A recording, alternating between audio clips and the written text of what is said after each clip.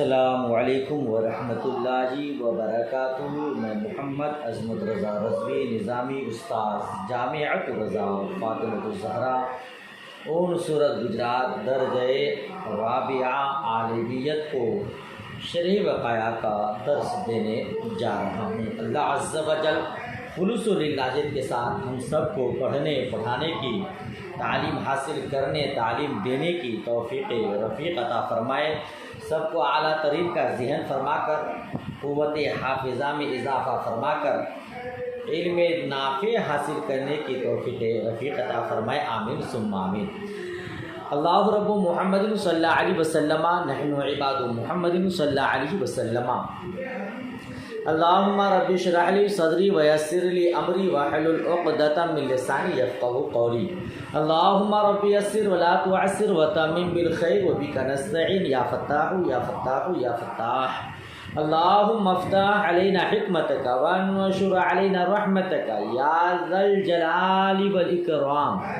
بسم اللہ الرحمن الرحیم۔ فصل بیر فیہا نجس او مات فیہا حیوان وانتفخ او تفسخ او مات آدمی او شاۃ او کلب ینزع کل مائہا ان امکن والا فقدر ما فیہا۔ الاصح ان یؤخذ بقول رجلین لہما بصارۃ فی الماء ومحمد رحمۃ اللہ تعالی علیہ قدر ب100 دلو الی 300۔ پھر اتنے کا ترجمہ کیجئے، پھر صفحہ پلٹتے ہیں۔ یہ فصل ہے کنویں میں نجاست گرنے کے متعلق، کہ کنویں میں نجاست گرے یا اس میں کوئی حیوان مر کر پھول گیا یا پھٹ گیا، یا کوئی آدمی یا کوئی بکری یا کوئی کتا اس میں گر کر مر گیا، تو اگر ممکن ہو تو اس کنویں کا پورا پانی نکالنا ہوگا، اور اگر پورا پانی نکالنا ممکن نہ ہو تو اس کنویں میں جس قدر پانی ہے اتنا ہی پانی نکالنا ہوگا۔ اور زیادہ صحیح یہ ہے کہ اندازہ کرنے میں ایسے دو شخصوں کے قول لیا جائے جن کو پانی کا اندازہ کرنے میں بصیرت ہو۔ اور امام محمد رحمۃ اللہ تعالی علیہ نے 200 سے 300 ڈول تک کا اندازہ کیا ہے۔ ٹھیک ہے، کیا مطلب؟ دیکھیے، اگر کنویں میں کوئی نجاست گر جائے، بیرن فیہا نجس، یہاں نجس مطلق ہے، اس کا مطلب ہوا کہ چاہے نجاست غلیظہ ہو چاہے نجاست خفیفہ ہو، اگر کنویں میں گر جاتی ہے نجاست، ہے نا، تو اس کا پانی نکالا جائے گا۔ نجس یہاں مطلق ہے، نجاست غلیظہ اور خفیفہ، یہاں تک کہ اگر پیشاب یا شراب یا خون کا ایک قطرہ بھی اس کنواں میں گر جاتا ہے تو پورا پانی نکالنا ہوگا۔ ہاں، یہ اور بات ہے کہ جہاں ضرورت ہو وہاں کم مقدار کی نجاست اگر گر جاتی ہے تو وہ معاف ہے۔ مان لیجئے میدان میں کنواں ہے اور وہاں بکرے بکریاں اونٹ اونٹنیاں چرتے ہیں، گھاس کھانے آتے ہیں، اور وہاں ظاہر سی بات ہے کہ بکریاں لید کرتی ہوں گی، اونٹ جو ہے منگنیاں وہاں کرتے ہوں گے۔ اب وہاں جنگلات ہے، میدان ہے، وہاں کنواں ہے، اور کنواں کو چاروں طرف سے گھیرا بھی نہیں گیا ہے، جس کو منڈیر کہتے ہیں، وہ بنایا ہوا نہیں ہے، کوئی رکاوٹ نہیں ہے، ہوا کے ذریعے ان کی لید، ان کے گوبر وغیرہ اڑ کر اس کنویں میں گر جاتے ہیں، تو اب اگر قلیل مقدار میں ہے تو وہ معاف ہے، کیونکہ اگر نجاست کے گرتے ہی کنواں ناپاک ہو جائے گا تو حرج عظیم لازم آئے گا، وہ اس کنواں کے پانی سے فائدہ نہیں اٹھا پائے گا، لہذا قلیل مقدار میں اگر یہ سب چیزیں گرتی ہیں تو معاف ہے، اور اگر کثیر مقدار میں گرتی ہے نجاست، گوبر وغیرہ، لید وغیرہ، تو پھر پورا پانی نکالنا پڑے گا۔ ٹھیک ہے، اب پانی کتنا نکالیں تو اس کے بارے میں کہا کہ دو بصیرت رکھنے والے لوگ جو پانی کے بارے میں مہارت رکھتے ہیں کہ اس کنواں میں کتنا پانی ہے، وہ مہارت تامہ رکھنے والے لوگ کہیں گے اس میں اتنا پانی ہے، اتنا پانی نکال دیا جائے گا۔ اور امام محمد رحمۃ اللہ علیہ فرماتے ہیں 200 ڈول سے 300 ڈول تک، ہے نا۔ دیکھیے اور آگے کیا فرمایا، او ماتا فیا حیوان، ٹھیک ہے، وہ انتفقا وانتفقا وانتفقا، کہ اگر کنواں میں کوئی جانور گر کر مر جاتا ہے، کوئی جانور گرا، زندہ رہا اور زندہ ہی نکالا گیا، اور یقینی طور پر معلوم تھا کہ اس کے بدن پر کوئی نجاست نہیں تھی، گوبر وغیرہ نہیں تھی، تو جانور زمین کیا کہتے ہیں کہ کنواں میں گرا اور زندہ ہی نکل آیا، اس کے جسم پر کوئی نجاست نہیں تھی، اور وہ نجس العین یعنی سور نہیں تھا، سور نہیں گرا تھا، اس کے علاوہ کوئی جانور گرے اور وہ زندہ ہی نکل آئے، اس کے جسم پر کوئی ناپاکی نہ ہو، تو کیا ہوگا، پورا پانی نہیں نکالنا ہوگا، ٹھیک ہے نا۔ اور اگر سور گر جاتا ہے تو پھر پورا ہی پانی نکالنا ہوگا کیونکہ وہ نجس العین ہے۔ اور اگر جانور اس پہ گرا کنواں میں اور گر کر مر گیا تو پھر کیا حکم ہوگا، اب وہ جانور چاہے معقول اللحم ہو چاہے غیر معقول اللحم ہو، نجس العین ہو یا نہ ہو، سور کے علاوہ بھی اگر جانور وہاں گرے کنواں میں اور وہاں مر گیا تو پورا پانی نکالنا ہوگا۔ سمجھ رہے ہیں؟ یا حیوان ہے، اور آپ پیچھے پڑ چکے ہیں کہ مچھلی ہے، مینڈک ہے، پانی میں پیدا ہونے والے، پانی میں زندگی گزارنے والے جانور اگر مر جاتا ہے تو پھر پانی ناپاک نہیں ہوتا ہے، تو اس کے مرنے سے پورا پانی نہیں نکالنا ہوگا۔ مسئلہ سمجھ میں آیا؟ یہ کہا کہ انتفقا او تفسخا، انتفقا معنی ہے پھولا ہے نا، اور تفسخا کا معنی پھٹ گیا، تو اگر جانور اس میں مرا، پھول گیا، پھٹ گیا کا مطلب اس کے اجزاء الگ الگ ہو گئے، ہے نا، پھولنے کے بعد جانور پھٹ جاتا ہے، اس کے اجزاء الگ الگ ہو جاتے ہیں، تو پھولنے سے بھی تو مسئلہ سمجھ میں آ ہی گیا، لیکن پھولنے کے بعد پھر پھٹنے کا بھی حکم ہے، تو یہ پھٹنے کا حکم اس لیے لگایا کہ پھٹنے جانے سے پھولنے سے زیادہ سخت حکم ہے، تو یہ وہم ہو سکتا ہے کہ پھولنے سے خالی پانی نکالنا ہوگا اور پھٹ جانے سے کنواں کو بھی مبالغہ کے طور پر دھونا ہوگا، اس کی دیوار وغیرہ کو، اسی لیے دونوں مسئلہ بتایا، چاہے پھول جائے چاہے پھوٹ جائے، ہے نا، پھول جائے یا پھٹ جائے، دونوں کا حکم ایک ہی ہے، اس کے کنواں کا پورا پانی نکالنا پڑے گا۔ اور اگر کوئی چھوٹا جانور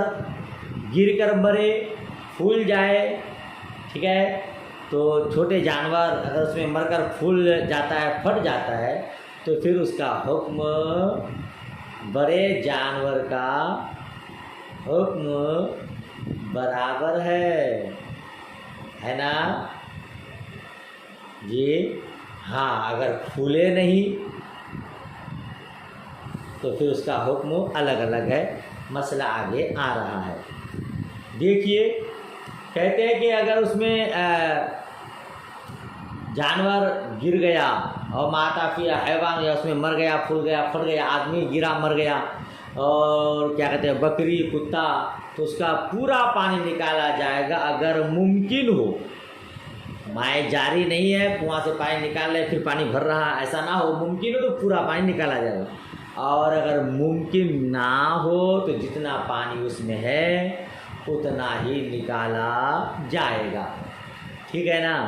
تو اب پانی جتنا ہے اتنا کیسے نکالا جائے گا، تو اس میں کہا کہ زیادہ صحیح یہ ہے کہ دو ایسے آدمی کا قول لیا جائے گا جس کو پانی کے بارے میں مہارت ہے، بصیرت حاصل ہے، وہ کہہ جائے گا کہ اس کنواں میں اتنا پانی ہے تو اتنا نکالا جائے گا۔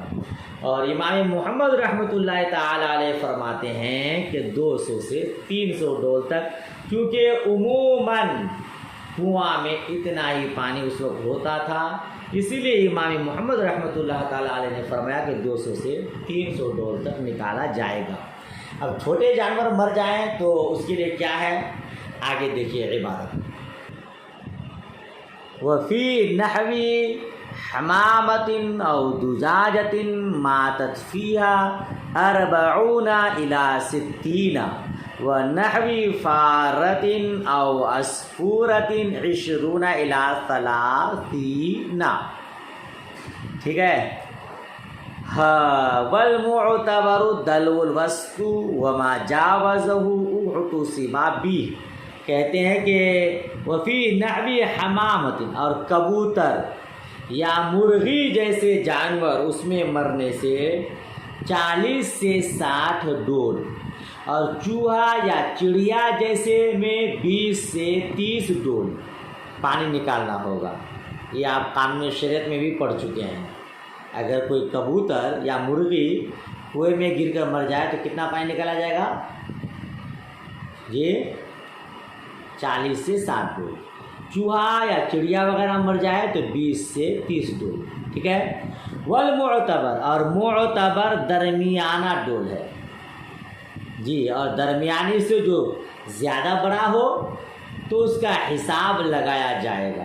مان لیجیے کنواں میں عمومی طور پر 5 لیٹر کا بالٹی، 5 لیٹر کی بالٹی 5 لیٹر کا ڈول استعمال کیا جاتا ہے۔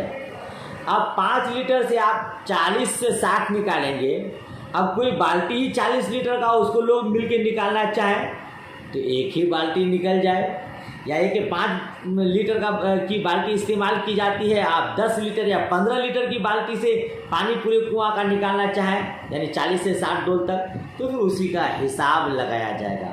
5 ڈول سے نکالیں گے تو زیادہ مرتبہ نکالنا پڑے گا، 10 سے نکالیں گے تو اس سے آدھا، 20 لیٹر کی بالٹی سے نکالیں گے تو اس سے بھی کم، 20 بالٹی سے اگر نکالتے ہیں تو بہت جلدی میں نکل جائے گا، تو اس کا حساب لگایا جائے گا۔ اور بالٹی جو ہے درمیانی، یہ جو 40 سے 60 یا 20 سے 30 نکالا جائے تو جو درمیانی بالٹی عمومی طور پر کنواں کے لیے استعمال کیے جاتے ہیں اسی کا اعتبار ہوگا۔ سمجھ شریف میں بات آ گئی؟ اچھا، تو کبوتر وغیرہ چھوٹا جانور، چوہا، چھچندر، چڑیا گر کر مرے تو 20 سے 30 ڈول پانی نکالا جائے گا۔ یہاں بھی وہی حال ہے کہ درمیانی ڈول کا اعتبار کیا جائے گا، بڑا ڈول ہو تو پھر اسی کا حساب لگایا جائے گا۔ وَيَتَنَجَّسُ الْبِيرُ مِنْ وَقْتِ الْوَقُوعِ إِنْ عُلِمَ ذَلِكَ وَإِلَّا فَمُنْذُ يَوْمٍ وَلَيْلَةٍ إِنْ لَمْ يَنْتَفَخْ وَمُنْذُ 3 يَوْمٍ وَلَيَالِهَا إِنْ انْتَفَخَ وَقَالَ مُنْذُ وُجِدَ۔ کیا کہہ رہے ہیں؟ اور کنواں نجاست کے گرنے کے وقت سے ناپاک ہوتا ہے، ٹھیک ہے نا؟ بس ان علما، اگر جان لیا جائے ذالکہ اس کو، یعنی نجاست کے گرنے کا وقت معلوم ہے تو جس وقت نجاست گری ہے اسی وقت سے وہ کنواں ناپاک کہلائے گا، ناپاک ہوگا۔ اور اگر معلوم نہ ہو وَإِلَّا، یعنی اگر معلوم نہ ہو تو ایک دن ایک رات سے کنواں ناپاک شمار کیا جائے گا، ٹھیک ہے نا؟ إِن لَمْ يَنْتَفَخْ، اگر وہ پھولا نہ ہو، پھٹا نہ ہو، جانور پھولا نہیں ہے اور معلوم بھی نہیں کہ کب گرا ہے تو ایک دن ایک رات کے لیے کنواں کو ناپاک مانا جائے گا۔ وَمُنْذُ 3 أَيَّامٍ وَلَيَالِهَا إِنْ انْتَفَخَ، کہتے اور 3 دن 3 راتیں، ٹھیک ہے، 3 دن 3 رات شمار کیا جائے گا اگر پھول جائے۔ اور صاحبین نے کہا کہ جس وقت کنواں میں وہ مردہ جانور پایا گیا اسی وقت سے ناپاک شمار ہوگا۔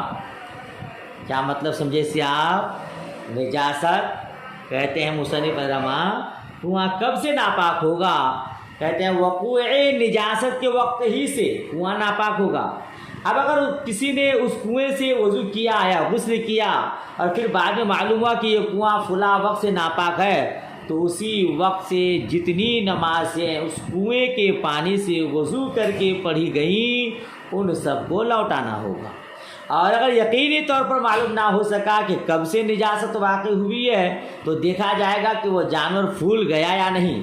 اگر پھول گیا تو 3 دن 3 رات سے کنویں ناپاک ہونے کا حکم ہوگا، اور اگر نہیں پھولا تو 1 دن 1 رات سے کنواں ناپاک سمجھا جائے گا، لہذا اتنی نمازیں لوٹانی ہوں گی، ٹھیک ہے، پھر سے وضو کرنا ہوگا۔ لیکن صاحبین فرماتے ہیں جب اس میں نجاست گرنے کی اطلاع ہو اس وقت سے اس کو ناپاک شمار کیا جائے گا، ٹھیک ہے۔ اور فتویٰ صاحبین کے قول پر ہے، جب معلوم ہو تبھی سے اس کو نجاست قرار دیا جائے گا، کنواں کو ناپاک کہا جائے گا۔ بات ختم ہو گئی۔ آگے دیکھیے، وَسُورُ الْآدَمِيِّ وَالْفَرَسِ وَكُلُّ مَا يُؤْكَلُ لَحْمُهُ طَاهِرٌ۔ ہاں، کہتے ہیں آدمی کا جوتا اور گھوڑے کا جوتا اور جن جانوروں کا گوشت کھایا جاتا ہے پاک ہے۔ آدمی کا جوتا پاک، گھوڑے کا جوتا پاک، اور ماکل اللحم جانور کا جوتا پاک، ٹھیک ہے۔ وسور الکلب، اسی پر عطف ہے، والکلب والخنزیر، یعنی وسور الکلب والخنزیر وسباع البہائم نجس والحرۃ والدجاجۃ المخلات وسباع الطیر، یہاں لکھا حاشیہ میں سباع الطیور وسواکن البیوت مکروہ، دیکھ رہے ہیں، کہتے ہیں اور بلی کیا کہتے ہیں کہ کتا کا جوتا اور خنزیر کا جوتا، پھاڑنے والے درندے کا جوتا ناپاک ہے نا، اور بلی کا جوتا اور کھلی مرغی کا جوتا، پھاڑنے والے پرندے کا جوتا، گھروں میں رہنے والے جانوروں کا جوتا مکروہ ہے۔ حمار اور کھچر کا جوتا مشکوک ہے کہ اس سے وضو کیا جائے اور تیمم کیا جائے۔ اس کو سمجھیے، آدمی کا جوتا اور کس کا جوتا، گھوڑے کا جوتا، یہ پاک ہے۔ کنویں کے احکام کے ساتھ اب اس سے کم پانی کے احکام بیان کرتے ہیں۔ جب کوئی آدمی کسی برتن سے پانی پی لے تو بقیہ بچا ہوا پانی پاک ہے، آدمی کی شرافت کی وجہ سے ہے نا، اسی لیے اس کو سب سے پہلے بیان کیا، ٹھیک ہے۔ اور اس کو مطلق بیان کرنے سے کہ آدمی کا جوتا تو یہ مرد ہو چاہے عورت، بچہ ہو یا بوڑھا، ناپاک آدمی ہو چاہے پاک، حائضہ ہو چاہے نفاس والی، سب کا یہی حکم ہے کہ اس کا جوتا پاک ہے، اور مسلم ہو یا کافر اس کا بھی جوتا پاک ہے، ٹھیک ہے۔ البتہ اگر اس کے منہ میں نجاست ہو تو پانی ناپاک ہو جائے گا۔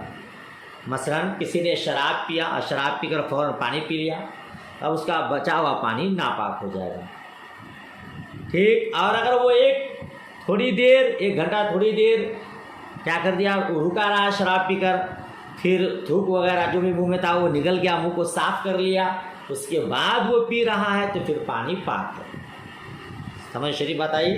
اسی طرح گھوڑے کا جوتا بھی ظاہر روایت کے مطابق پاک ہے، اور امام اعظم ابو حنیفہ رحمۃ اللہ تعالی علیہ سے مروی آپ کا قول ہے کہ گھوڑے کے جوتے میں 4 روایتیں منقول ہیں جی۔ ایک روایت یہ کہ افضل ہے کہ اسے استعمال نہ کرے، دوسری روایت یہ گھوڑے کے گوشت کی طرح مکروہ ہے، اور تیسری روایت ہے گدھے کے جوتے کی طرح مشکوک ہے، اور چوتھا ہے کہ پاک ہے۔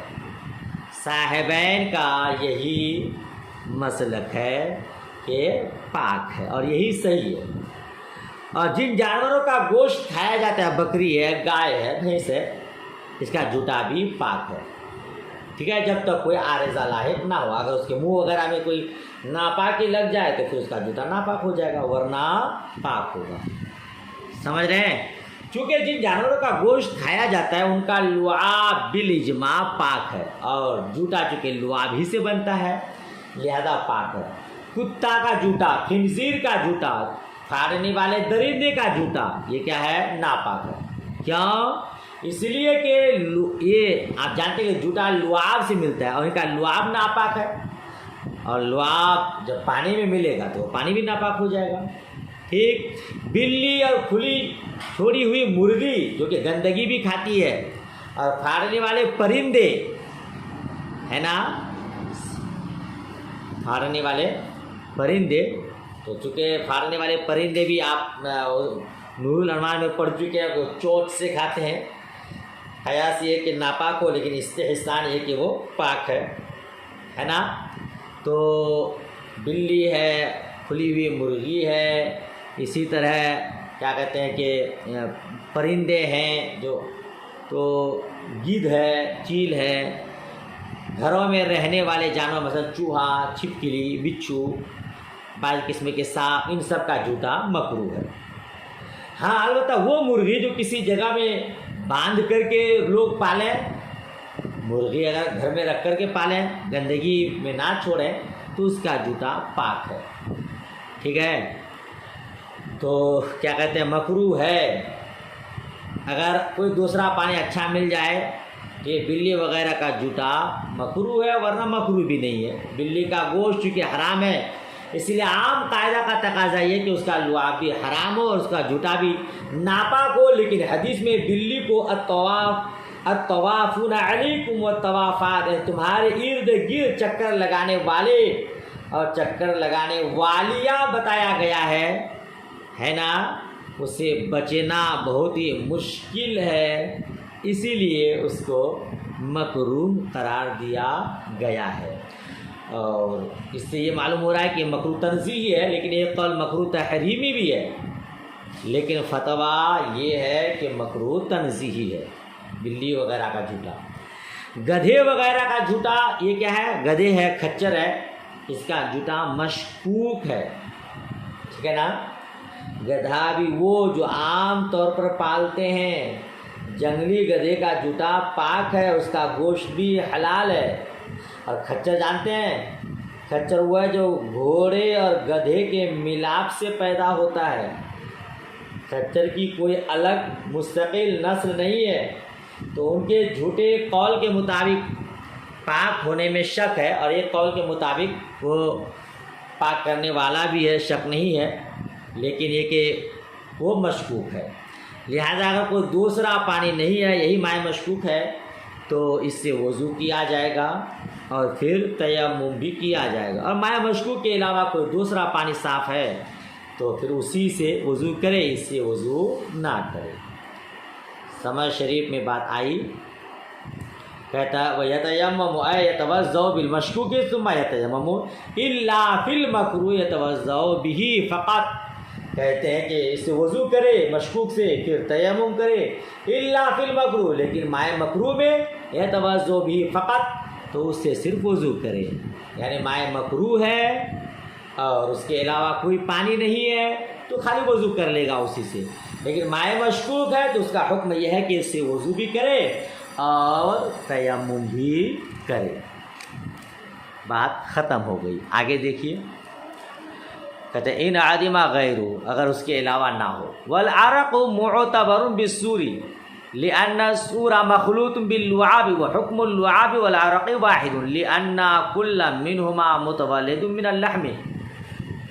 دیکھ رہے ہیں، کہتے ہیں پسینہ معتبر ہے جوتا میں، کیونکہ جوتا مخلوط ہے لعاب سے، اور لعاب اور پسینے کا حکم وحكم اللعاب والعرق واحد، اور پسینہ لعاب اور پسینہ کا حکم ایک ہے، کیوں؟ لِأَنَّ كُلَّ مِنْهُمَا، کیونکہ ان دونوں میں سے ہر ایک گوشت سے پیدا ہوتا ہے، جہاں جس کا پسینہ پاک اس کا لعاب پاک، جس کا پسینہ ناپاک اس کا لعاب بھی ناپاک، تو پسینے کا حکم اور لعاب کا حکم دونوں ایک ہی ہے، سمجھ رہے ہیں؟ تو جس کا جوتا پاک ہے اس کا پسینہ بھی پاک ہے، جس کا جوتا مکروہ ہے اس کا پسینہ بھی مکروہ ہے، اسی طرح آپ سمجھ جائیے گا، ٹھیک ہے نا۔ اچھا، اور بعض لوگوں نے کہا ہے کہ شراب کے جو عادی شخص ہیں اس کے پسینے کو اس کا پسینہ ناپاک ہے. یہ بعض کا قول ہے کہ جو شراب کے عادی ہیں اس کا پسینہ ناپاک ہے. ٹھیک ہے، مگر رد المختار میں اس کو غلط کہا ہے، اور فتویٰ اسی پر ہے کہ جس کا جوتا پاک اس کا پسینہ پاک، جس کا پسینہ پاک اس کا جوتا پاک. چلیے، فَإِنْ قِيلَ يَجِبُ أَلَّا يَكُونَ بَيْنَ سُورِ مَعْقُولِ اللَّحْمِ وَغَيْرِ مَعْقُولِ اللَّحْمِ فَرْقٌ. یہاں سے کل پڑھاتے ہیں، یہاں سے پڑھانے سے ایک صفحہ 2 صفحہ اور پڑھانا ہوگا، سبق آپ کا زیادہ ہو جائے گا، پھر آپ واویلا مچائیں گے کہ بہت لمبا پڑھا رہے ہیں. تو آج کا سبق یہیں تک، اس کو اچھے سے یاد کیجیے گا. اللہ پاک توفیق رفیق عطا فرمائے. پھر انشاءاللہ اس کے آگے کل. تب تک کے لیے اللہ حافظ، خدا حافظ.